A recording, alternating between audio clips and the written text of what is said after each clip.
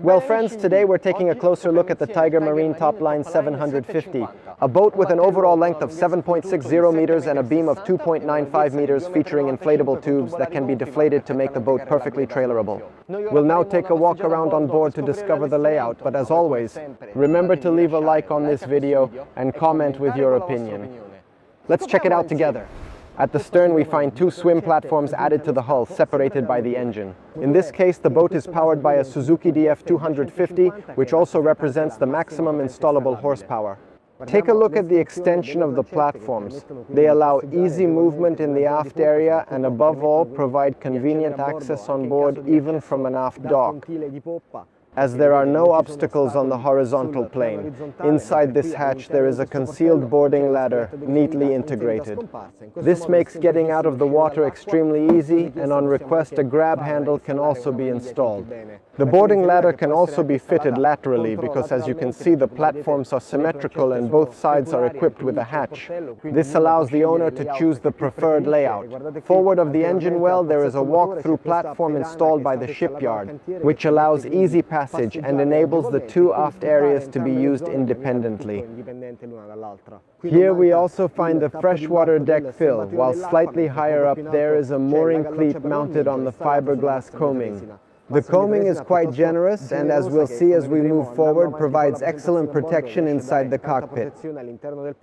On the port side there is an aft shower for rinsing and of course a matching lateral cleat. Let's step on board.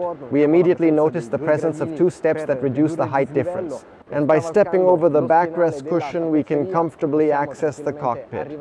The cockpit features a U-shaped seating arrangement spanning the full internal beam of the boat, making it very comfortable. I showed you the access with the backrest raised, but it can also be reclined by 45 or 90 degrees towards the stern, creating either a chaise longue or an extension of the sunbed. This also lowers the access barrier, making boarding even easier. The entire aft layout is modular. As you can see from the central provision, a fixed base table can be installed to create a dinette, or the table can be removed and replaced with an additional central support and cushion to form a single large aft sunbed. Thanks to the adjustable aft backrest, you can choose the configuration you prefer. The whole area is well protected by the presence of a roll bar. The fiberglass roll bar with a stainless steel upper support is supplied as standard, and thanks to the tent provides shade over the entire aft section. On request, a T-top can also be installed to protect the helm station. Beneath the aft sofa there are three independent lockers, two practical side lockers and a central technical compartment housing the batteries, systems and bilge pump, making everything easily accessible for inspection. Centrally we also see the cockpit drain grate with the scuppers. As mentioned earlier, the fiberglass bulwarks are well padded to provide excellent support and protection. We also find backlit cup holders, and you can clearly see how much space there is in the cockpit, allowing easy movement throughout the aft area. Moving slightly forward centrally, we find the galley module. I'm talking to you about the kitchen block because by lifting this hatch we access the sink, complete with a cover, practical and convenient and a decent work surface for this category. Below, in this configuration, there is a watertight locker, ideal for stowing gear, but on request a refrigerator can be installed here in the aft seating block.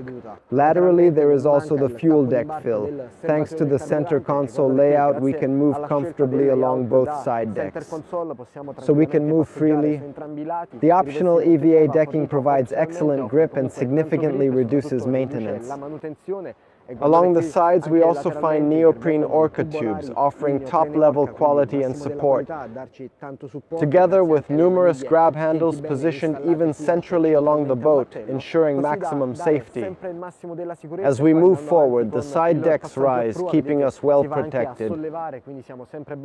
The walking surface is inside both the tubes and the fiberglass with a reinforced edge that protects the ankle. We now arrive at the helm station, configured with a double seat and a single bolster with dual position setup. In this configuration, there's plenty of space to move and good back support thanks to the upright posture, but it can also be used as a leaning pad. Lowered, it becomes a generously sized seat with an integrated double backrest for both skipper and co-pilot. Seated at the helm, everything is easily within reach. The throttle control is centrally positioned for optimal right-hand control, while the dashboard layout is fully frontal to let people have everything under control. In front of me there is the multifunction display, the Suzuki engine management system, and the stereo controller. The on-off switches are arranged on two levels on the side with the windlass control slightly offset to avoid accidental activation. Below, there are two cup holders and the entire dashboard layout can be customized according to the owner's needs. Visibility is excellent. The windscreen is clean and provides good protection from headwind. As you can see, the camera is at face height, which is more than adequate for day cruising and for the intended use of this boat. There are also lateral grab handles that provide solid support not only for skipper and co-pilot, but also for passengers moving around while underway at speed. Because we have a lot of grab handle everywhere on the ribs, so there is a lot of space for security on board. Power outlets are available below, including 12 volts and USB. Along with a structural footrest for added comfort when driving seated. Let's move forward towards the bow. The grab handles and raised tubes continue to guide us safely. The tubes come up to knee height, offering excellent protection and additional grab handle. We reach the bow area, featuring a traditional sunpad. There is also a forward-facing seat in front of the console, adding extra seating. This entire section can be lifted using this handle, granting access to the interior compartment. In this configuration, the compartment is very practical for storage and includes an internal shower, but on request a comfortable toilet can also be installed. Inside there is a step that reduces the height difference.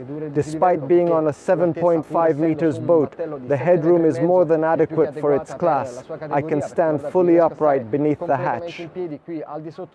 By deploying the privacy curtain, you can create a private changing area while remaining fully standing with good air circulation.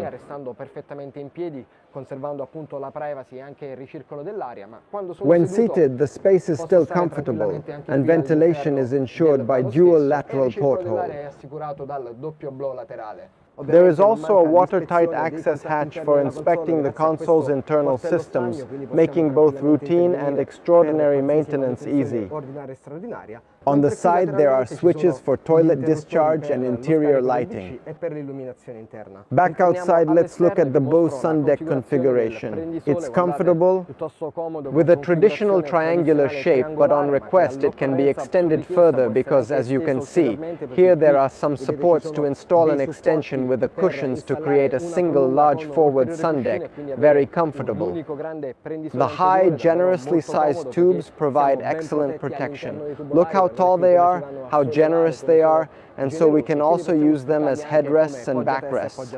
Beneath the sun deck, via an integrated grab handle, we can open this counter-molded hatch and access a large stowage compartment where to put practically everything, safety equipment, and keeping the deck clear of obstacles.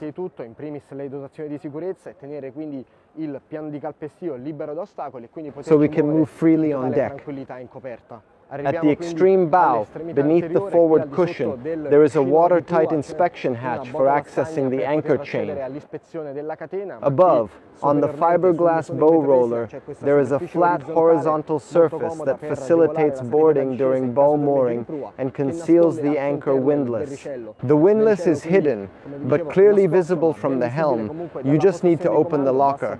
This allows a single person to manage anchoring operations directly from the helm station. Finally, the bow equipment is completed by twin mooring cleats, port and starboard, mounted directly on the fiberglass bow structure to prevent lines from chafing against the tubes and damaging the fabric. So friends, this is the Tiger Marine TopLine 750. As always, if you enjoyed the video, subscribe to the YouTube channel and follow us on Facebook, leave a like and tag anyone you think might be interested. And as always, we'll see you right here for the next videos on the C-Team.